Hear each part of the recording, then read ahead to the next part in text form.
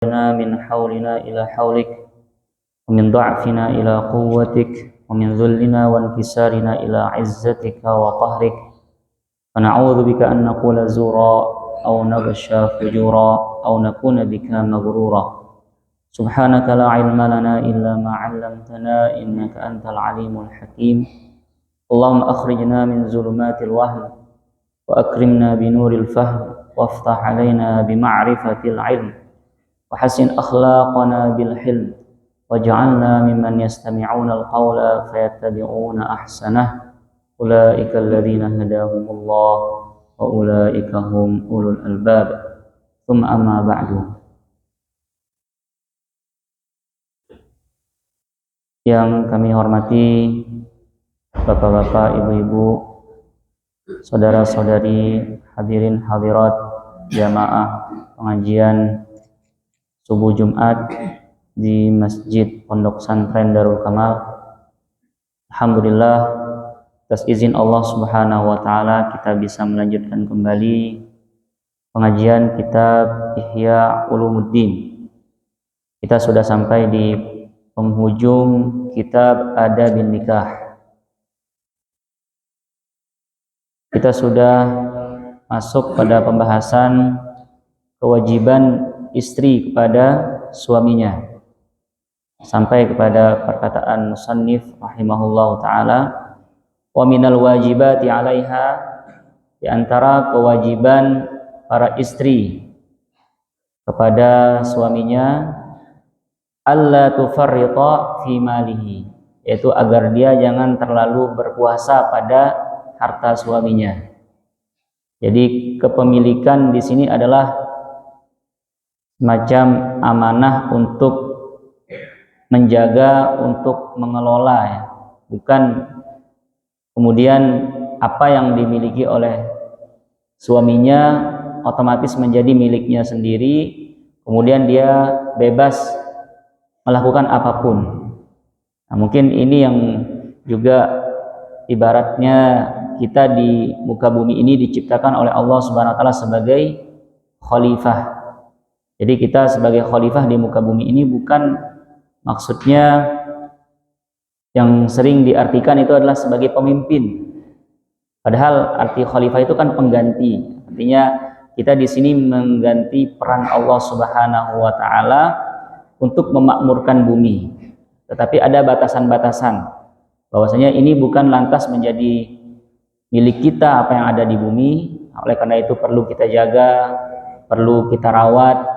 Dan sebagaimana dahulu kalau zaman Orde Baru itu presiden disebut dengan mandataris dari MPR, ya, apa yang dijalankan itu perlu dipertanggungjawabkan kepada atasannya, kepada pemilik yang sebenarnya. Nah, begitupun juga sama seperti negara gitu. Nah, jadi sebenarnya pemimpin itu bukan dia yang memiliki negara, tetapi yang memiliki negara itu adalah rakyat. Oleh karena itu, apa yang dilakukan pemerintah sebenarnya pada negara itu adalah untuk dipertanggungjawabkan pada rakyat, harus dilaporkan. Rakyat yang nanti akan bertanya apakah sudah dijalankan seperti ini sesuai dengan maslahat, sesuai dengan tugasnya. Nah, begitupun juga kita dalam menjadi khalifah di muka bumi, nanti kita akan ditanya oleh Allah Subhanahu wa taala. Nah, begitupun juga di sini kita sedang membahas tentang bagaimana sejauh apa wewenang para istri, para ibu rumah tangga terhadap harta suaminya. Jadi di sini adalah bal tahfazuhu alaih. Dia di situ menjaga harta suaminya, kemudian bagaimana istilahnya memanage, ya, mengatur, dan nanti perlu dipertanggungjawabkan pada suaminya. Dan suaminya berhak bertanya, kamu kemanakan uang saya? Kamu bagaimana caramu mengelola? Nah, harus diberikan laporan yang bagus oleh istrinya. Qala Rasulullah sallallahu alaihi wasallam, Rasulullah sallallahu alaihi wasallam bersabda, la yahillu laha an tut'ima min baitihi illa bi idnihi illa ratbal ladzi yukhafu fasaduhu. Ini bagaimana bahwasanya harta suami itu tidak bebas para istri untuk bagaimana mengendalikannya. Nah, misalnya di sini Rasulullah SAW bersabda tidak halal bagi para istri, para ibu untuk menyedekahkan makanan yang ada di rumahnya kecuali atas izin suaminya. Kecuali yang boleh disedekahkan tanpa izin suaminya itu adalah ar-ratb, itu makanan-makanan yang basah. Karena makanan-makanan basah itu rentan basi. Nah, oleh karena itu daripada akan basi lebih baik dilihat sebelum bercendawan, sebelum expired, sebelum kadaluarsa cepat dikeluarkan, disedekahkan. Fa in at'amat an ridhah kana laha mithlu ajrihi. Apabila dia itu bersedekah, apa yang ada di rumahnya disedekahkan dengan izin suaminya, maka nanti berdua akan mendapatkan pahala. Istri mendapat pahala, suami juga mendapat pahala. Tetapi wa in at'amat bighairi idznihi kana lahul ajr wa 'alaiha al-wizr. Apabila istri mensedekahkan, mengeluarkan makanan dari rumahnya diberikan kepada orang lain tanpa seizin suami, apa yang terjadi? Suami yang mendapat pahala sedangkan istri mendapatkan dosa. Wa min haqqiha 'alal walidain ta'limuha husnal ma'isyah. Jadi sebelum istri itu diserahkan, anak perempuan itu diserahkan masuk ke rumah tangga, menjadi istri orang, ada kewajiban para orang tua, terutama ibu-ibu ya, untuk secara khusus, kalau bisa secara empat mata, untuk memberikan nasihat kepada anak perempuannya, memberikan nasihat untuk menjadi istri yang baik. Nah, itu adalah kewajiban. Ini maksudnya wa min haqqi 'alal walidain, di antara kewajiban para orang tua kepada anaknya, kepada anak perempuannya, yaitu untuk mengajarkannya bagaimana membangun rumah tangga yang baik. Wa adabil ishrah ma'az zauj, dan bagaimana caranya melayani suaminya. Kama ruya an Asma ibna Kharijah al-Fazari qala libnatihi 'inda tazawuj. Ada seseorang bernama Asma bin Kharijah al-Fazari menasihati anak perempuannya ketika menikah. Apa katanya? Innaki kharajti minal ushil ladzi fihi darajti. Hari ini kamu akan keluar dari, diibaratkan seperti sarang, diibaratkan anaknya itu seperti burung yang selama ini itu sudah dipingit ya, dijaga baik-baik, tidak pernah keluar, tidak pernah bergaul macam-macam. Nah, kamu sekarang akan keluar dari sarangmu ini, dari pingitanmu ini yang selama ini itulah yang kamu tinggali. Fasirti ila firashin lam ta'rifi. Kalau selama ini kami memanjakanmu sebagai orang tua, kami melayani dan sepenuh hati kami mencintaimu, hari ini kamu akan pergi ke rumah orang yang baru kamu kenal. Dan kamu akan tidur dengan orang yang tidak sebelumnya sudah kamu akrab ya. Nah, itu karena memang kalau mungkin beda seperti zaman sekarang, sebelum menikah sudah berteman, sudah kenal lama. Nah, ini kalau zaman dahulu sering hanya berdasarkan perjodohan sehingga benar-benar baru bertemu dengan suaminya. Wa qarinin lam ta'lafihi, dan kamu akan hidup, memiliki teman hidup baru yang mungkin kamu selama ini belum merasa nyaman dengannya. Bayangkan bagaimana perasaan orang anak perempuan akan menghadapi jenjang hidup baru seperti ini. Maka nasihat ayahnya, fakuni lahu ardhan yakun laki samaan. Jadilah bagi suamimu itu kamu bagaikan bumi, artinya merendah. Maka ketika kamu merendah, ketika kamu bisa memposisikan dirimu itu seperti bumi bagi suamimu, maka suamimu akan menjadi langit, langit yang akan menaungimu, yang akan seperti langit yang menurunkan hujan, begitupun juga akan mengguyurkan rezeki, begitupun juga nafkah kepadamu. Wa kuni lahu mihadan yakun laki aimadan. Jadilah baginya seperti semacam kasur, maka suamimu itulah yang akan menjadi penyangganya, yang akan menjadi tiangnya. Wa kuni lahu amatan yakun laki abdan. Jadilah baginya seperti budak perempuan.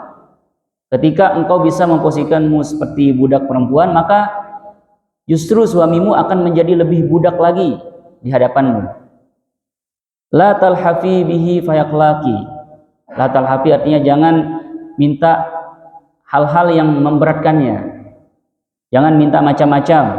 Maka itulah yang akan menjadi kadang-kadang bibit-bibit menimbulkan benih-benih kebencian atau kekesalan para suami kepada istrinya karena minta macam-macam. Wala tuba'idi anhu fayansaki. Jangan kamu terlalu jauh, maka dia akan melupakanmu. Indana faqribi minhu. Jika suamimu mendekat, maka kamu harus lebih, bisa kita bilang, agresif lagi untuk mendekat. Tetapi wa inna'a fab'adi anhu. Tapi ada perlu diperhatikan oleh istri-istri, kadang-kadang suami itu ada saat-saatnya butuh waktu sendiri, butuh waktu untuk jaga jarak. Silakan diberikan ruang untuk itu. Menjauhlah daripadanya. Wahfazi anfahu wa sam'ahu wa ainah. Jadi jagalah hidung suamimu, jagalah pendengaran suamimu, dan jaga matanya. Apa maksudnya jaga hidung suamimu? La yashummu minki illa tiba. Jangan pernah sedetik pun suamimu itu mencium darimu kecuali aroma yang harum. Jadi ini para ibu-ibu supaya di rumah justru memakai parfum, ya, memakai wangi-wangian. Wala yasma'u illa hasana. Jangan pernah telinganya itu mendengar kecuali kata-kata halus, kata-kata baik dari mulutmu. Nah, itu caramu menjaga telinganya. Wala yanzur illa jamila. Dan jangan pernah matanya itu menatap kecuali keindahan, kecantikan daripadamu.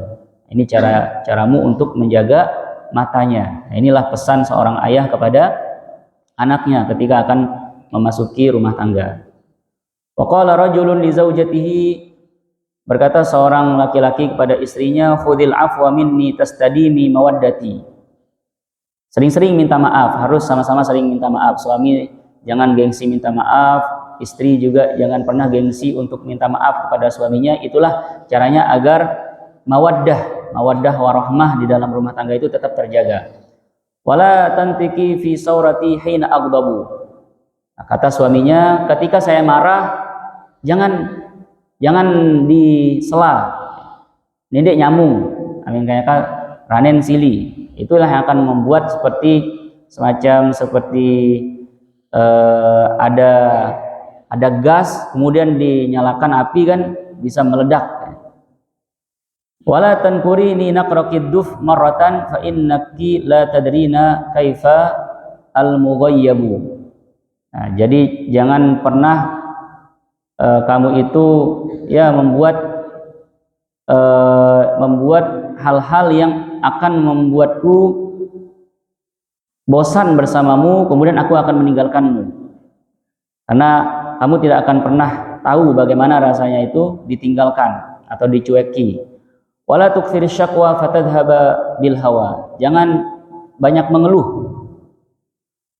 Jangan banyak mengeluh, maka nanti hawa nafsu yang akan menguasaimu. Wa ya'baki qalbi wal qulubu taqallabu. Nah, kalau kamu banyak mengeluh, kemudian hawa menguasaimu, kemudian hatiku itu akan seperti tidak lagi nyaman bersamamu, dan yang namanya hati itu adalah berbolak-balik. Nah, bagaimana caranya agar tidak berbalik, yang tadinya cinta kemudian menjadi bosan, kemudian lama-lama menjadi benci. Nah, itu jangan banyak-banyak mengeluh. Fa inni ra'aitul hubba fil qalbi wal adha idza ijtama'a lam yalbathil hubbu yadhhabu. Nah, jadi dalam hati itu tidak bisa tergabung antara cinta dengan tersakiti.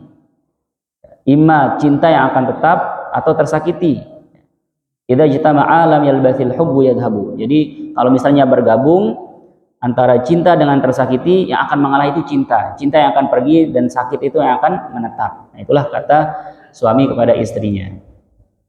Walal qaulul jami' fi adabil mar'ah min ghairi tatwil. Secara singkat supaya tidak panjang-panjang, bagaimana kita membahasakan dengan bahasa yang komplit bagaimana adab semestinya istri kepada suami, yaitu antakuna qa'idatan fi qa'ri baitiha. Adalah sebaiknya istri itu kodratnya itu adalah sebenarnya lebih baik diam di rumah, lazimatan limagzaliha, Kalaupun ada pekerjaan-pekerjaan yang diperbuat, ya perbuatlah. Seperti orang-orang Kamangkerang ini sudah bagus ya, yaitu nyesek. Karena apa? Bertenun, kemudian memintal benang, menjahit. Nah, itu adalah pekerjaan-pekerjaan rumahan yang memang cocok untuk perempuan. Inilah maksudnya lazimatan limagsaliha. Tetap dengan alat-alat tenunnya, alat-alat pemintalan benang. Kalau sekarang mungkin ibu-ibu juga ada seperti apa istilahnya online shop ya. Kalau shop, nah itu kadang-kadang di rumah dikemas-kemas apanya yang nanti suruh suaminya untuk mengantar ke tempat-tempat ekspedisi atau tempat-tempat COD ya. Nah, jadi kalau bisa istri-istri itu cari, kalau mau bekerja membantu suaminya, carilah pekerjaan-pekerjaan rumahan. Nanti misalnya dia yang masak, nanti suaminya yang menjualkan. La tukfir su'uduha wa itla'aha. Jangan terlalu banyak keluar. Qalilatal kalam li jiraniha. Jangan terlalu banyak ngobrol dengan para tetangganya. La tadkhul alaihim illa fi halin yujibud dukhul. Jangan ikut-ikutan atau ikut campur atau masuk pada perkara orang, pada urusan orang, kecuali memang pada hal-hal yang memang kita harus masuk di situ. Nah, ini kadang-kadang kita dalam bermasyarakat kita sering mencampuri urusan orang yang kita bukan tidak punya urusan di situ. Nah, di sini kata Imam Al-Ghazali, apalagi perempuan ya, apalagi istri, supaya dikontrol dirinya, dijaga, dikendalikan dirinya, jangan terlalu masuk pada urusan yang bukan urusannya. Tahfazu ba'laha fi ghaibatihi wa hadratihi. Dijaga suaminya, baik ketika suaminya ada, apalagi ketika suaminya itu pergi darinya, pergi merantau, pergi mencari nafkah, pergi kerja. Nah, itu lebih-lebih harus dijaga dirinya. Wa tatlub masarratahu fi jami' umuriha. Dan bagaimana seorang istri itu selalu berusaha untuk mendapatkan keridhaan dari suaminya. Begitupun juga selalu berusaha untuk menyenangkan suaminya. Sebisa mungkin dia buat suaminya itu selalu bahagia, selalu senang. Walaupun tidak semua yang bisa dikontrol, tetapi selama yang bisa dia kontrol itu, jangan misalnya kalau suaminya susah, jangan susahnya itu karena dia. Wala takhunu fi nafsiha wa malihi. Jangan pernah istri mengkhianati suaminya pada dirinya dan juga pada hartanya. Wala takhruj min baitiha illa bi idzni. Jangan keluar dari rumahnya kecuali atas izin suaminya. Wa in kharajat bi idnihi fa mukhtafiyatan fi hayatin rassah. Kalaupun diizinkan keluar dari rumah dan sudah diizinkan oleh suaminya, maka cara diam-diam ya, ditutup dirinya dan rassah itu artinya penampilan yang jelek. Sekarang kebalik ya. Justru ketika keluar rumah berhias bermacam-macam, padahal di dalam rumah tidak pernah berhias, tidak pernah bersolek. Nah, ini kata Imam Al-Ghazali, kalaupun keluar adalah keluar fi hayatin rassah, pada keadaan yang tidak rapi, compang-camping dan lain sebagainya. Tatlubul mawadhi' al-khaliyah duna syawari' wal aswaq. Nah, jadi kalau misalnya ada banyak jalan, usahakan mencari jalan yang menghindari keramaian. Kalau misalnya sekarang kalau kita mau ke satu tempat, ada jalan harus melewati pasar, harus melewati keramaian, dan ada jalan sepi. Kadang-kadang sengaja itu ibu-ibu ya, perempuan-perempuan menempuh jalan yang ramai orangnya, supaya dilihat-lihat, supaya menjadi pusat perhatian orang, tebar pesona dan lain sebagainya. Nah, ini usahakan ketika keluar walaupun diizinkan dengan penampilan yang tidak menor, kemudian juga cari jalan yang bukan pusat keramaian. Muhtarizatan min an yasma' gharibun sautaha. Berusaha benar-benar agar jangan sampai suaranya itu didengar oleh orang asing. Au ya'rifaha bi syakhsiha, atau usahakan dia itu akan diketahui. Jadi kita mengatakan penang-penang emangnya dengan sapa aku ya. Nah, jadi seperti itu, jadi dijaga supaya jangan sampai ada yang mengenal dirinya ketika dalam perjalanannya keluar. La tata'arraf ila sadiqi ba'liha fi hajatiha. Jadi jangan mencuri-curi kesempatan untuk berkenalan dengan teman suaminya. Bal tatanakkar ala man tazunnu annahu ya'rifuha aw ta'rifuhu. Jadi usahakan dia itu seperti menyamar menjadi orang yang tidak dikenal ya. Kadang-kadang nanti perasaan ini ya istrinya ini bukan. Nah, katakan saja bukan saya mungkin salah orang. Nah, itu maksudnya di sini ya. Hammuha salahu sya'niha wa tadbiru baitiha, yang menjadi fokus, yang menjadi konsentrasi para istri itu adalah bagaimana kesolehahannya itu tetap terjaga. Yang menjadi fokusnya itu bagaimana agar rumah tangganya itu tetap teratur, mukbilatan ala salatiha wa siyamiha, dan menjalankan kewajibannya kepada Allah daripada salat, daripada puasa. Wa idza sta'zana shadiqun li ba'liha 'alal bab wa laysa al-ba'lu hadiran lam tastafhimhu. Apabila ada kawan daripada suaminya yang mengetuk pintu, yang datang ke rumahnya, kemudian saat itu hanya ada istri di dalam rumah, tidak ada suaminya, tidak perlu disahut. Tidak perlu disahut teman daripada suaminya itu. Walam tu'awidhu fil kalam. Ataupun kalau disahut, bilanglah suami saya sedang kerja, tidak perlu dipersilakan masuk ya. Bilang aja nanti misalnya suami saya pulang jam segini kira-kira ya.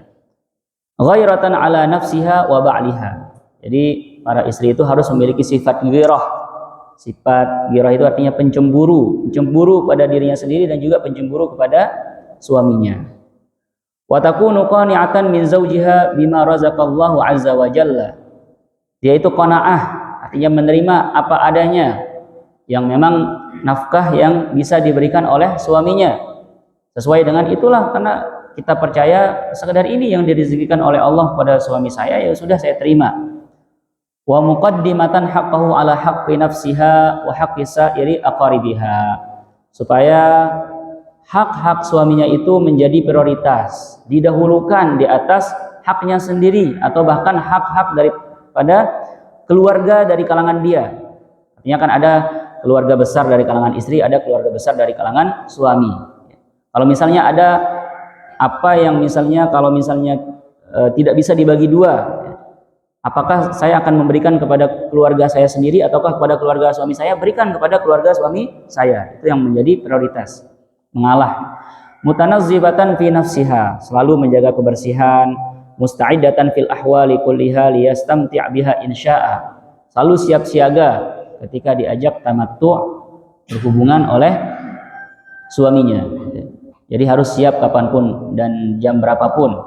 Musyfiqatan ala auladiha, harus sayang belas kasih kepada anak-anaknya. Hafizatan lisitri alaihim, qasiratal lisan an sabbil aulad wa muraja'atiz zauj. Jadi hendaklah dia itu pendek lidahnya. Maksudnya ini adalah kinayah atau ungkapan pendek lidah, itu artinya pendek lidah daripada mencaci anaknya, nyumpak anak ya. Jadi usahakan para orang tua ini agar tidak sama sekali keluar dari mulutnya itu ucapan-ucapan nyumpak anak sendiri, karena setiap perkataan orang tua itu adalah bisa menjadi doa bagi anak ya. Di mana doa para orang tua itu adalah seperti doa para orang tua untuk anaknya, seperti doa para nabi untuk umatnya, baik itu doa buruk ataupun doa jelek. Ketika doa buruk, ketika ucapan buruk bisa menjadi doa dan anak kita benar seperti apa yang kita doakan, misalnya itu sumpah bodoh dengan anak ya, tentu jadi bodoh anak. Nah, saya rugi, kita yang rugi sendiri yang punya anak yang mohon maaf bodoh ya. Ketika anak kita, jadi ada cerita dulu, siapa namanya penemu listrik itu, Thomas Alva Edison ya. Nah, Thomas Alva Edison itu kenapa dia itu menjadi orang yang sampai sekarang dikenal. Nah, jadi pernah suatu ketika Thomas Alva Edison ini pulang membawa surat kepada ibunya. Nah, dibacalah surat, diterima surat itu dari Bu, ini surat dari guru saya di sekolah. Dibuka suratnya, kemudian nangis ibunya membaca surat itu. Ibu, kenapa Sida nangis? Oh, ini nak, saya bangga sama kamu. Jadi guru-guru kamu di sekolah itu bilang bahwasanya kamu ini terlalu cerdas, terlalu jenius, sehingga mereka itu nyerah mengajarkan kamu. Sehingga mereka itu bilang, ibu lebih baik ibu saja yang mendidik anaknya di rumah, mengajar anaknya. Kami sudah kewalahan. Anak ibu ini terlalu jenius, kalah kita sebagai guru-gurunya di sekolah. Jadi kamu nanti mulai dari besok kamu tidak perlu sekolah ya. Oh ya sudah ibu, saya ngajar kamu sendiri. Terus diajar oleh ibunya dengan tetap, terus dipuji-puji anaknya ya. Dibilang anaknya pintar, disemangati anaknya. Sehingga jadilah Thomas Alva Edison ini orang sukses.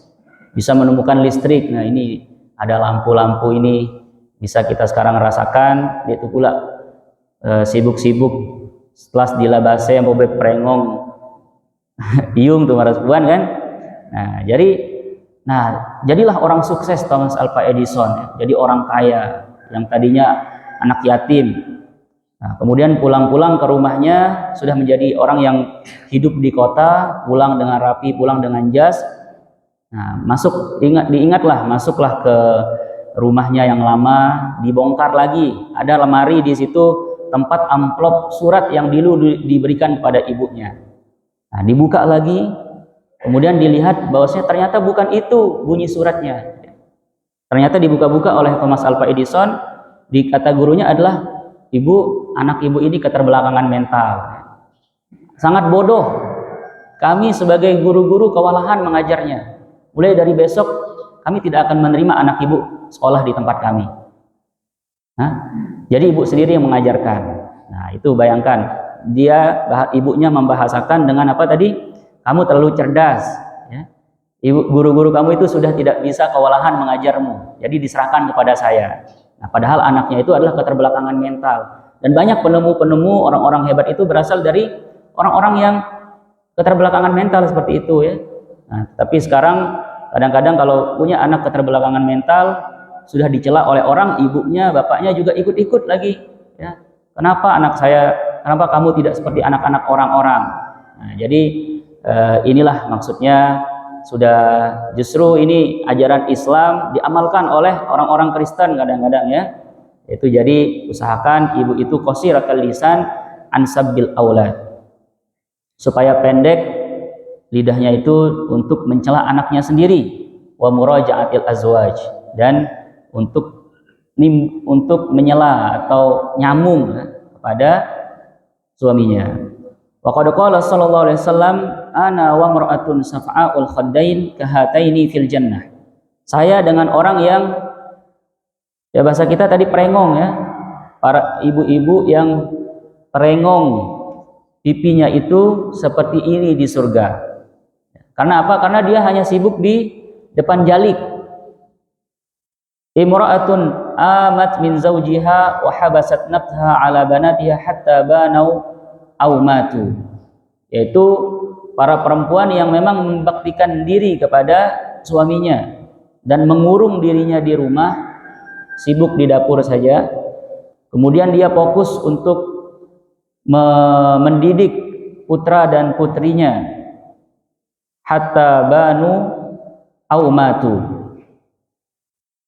Imra'atun amat min zawjiha, atau imra'atun amat min zawjiha ini maksudnya adalah ayyimat itu kan artinya menjadi janda ya, artinya ditinggal mati oleh suaminya. Ketika ditinggal mati oleh suaminya, dia itu tidak menikah lagi, tetapi fokus untuk mendidik anak-anaknya. Nah, inilah perempuan yang nanti akan bisa seperti ini dengan Rasulullah SAW di surga. Bayangkan, kita sholat sebanyak apapun kita sholat, kita puasa sebanyak apapun kita berpuasa, belum tentu kita itu akan masuk surga ya. Apalagi masuk surga kemudian bagus derajat kita di surga, karena siapa tahu sholat kita itu tidak sah, tidak makbul ya.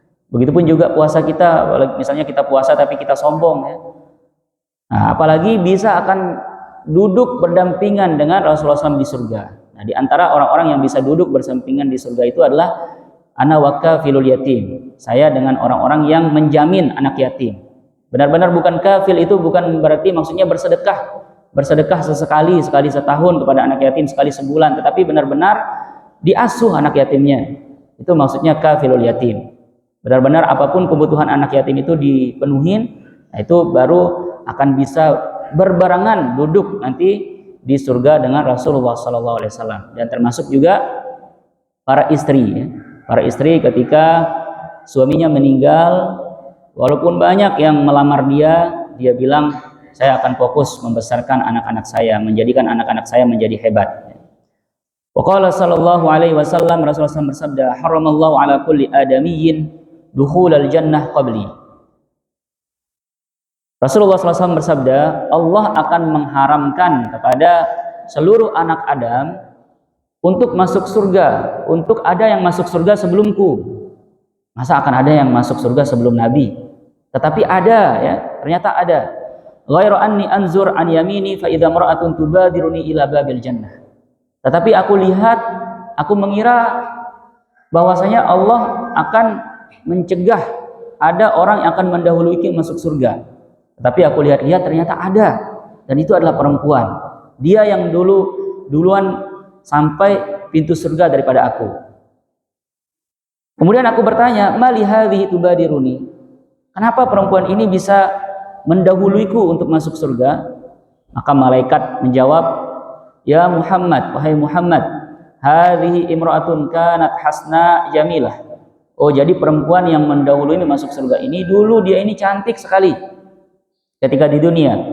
Wa kana 'indaha yatama laha, dan dia itu memiliki anak-anak yatim. Artinya suaminya meninggal, kemudian dia anak-anaknya menjadi anak-anak yatim. Fasabirat 'alaihinna hatta balagha amruhunna alladhi balagh. Maka dia bersabar mendidik anak yatim, tidak tergoda untuk menikah lagi.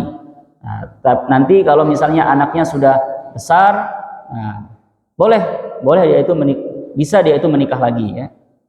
Fasyakarallahu laha dzalika. Maka Allah sebagai terima kasih Allah kepada ibu ini yang sudah dengan sabar merawat anaknya. Nah, maka dihadiahilah untuk bisa masuk surga bahkan sebelum Rasulullah SAW. Nah, tetapi kembali lagi kepada niat, ya. Kadang-kadang ada ibu-ibu merasa kewalahan kalau merawat sendiri anak-anaknya. Nah, maka kadang-kadang maslahatnya adalah dengan menikah, supaya nanti ada yang membantu dia untuk merawat anak-anaknya. Tetapi tentu keutamaan yang didapatkan ini ya berlaku bagi orang-orang yang bersabar tidak menikah sampai selesai mengurus anak-anaknya sendiri. Wa min adabiha alla tatafakhar 'ala zawji bi jamaliha.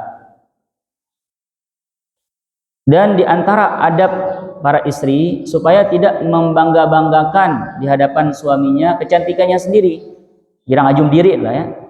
Wala tasdari zaujaha liqubhihi. Kemudian mengatakan, aku doang kau ingas sidaja, ya. Faqad ruya annal Asma'i qala. Jadi ada seorang ahli lughah, ahli bahasa bernama Al-Asma'i. Ini kalau kita belajar bahasa Arab, inilah yang sering disebutkan syair-syairnya, kemudian hikmah-hikmahnya. Bercerita Al-Asma'i, dakhaltul badiyah. Satu hari aku masuk ke kampung Badui. Fa idza anam bimra'atin min ahsanin nas wajhan tahta rajulin min aqbahin nas wajhan.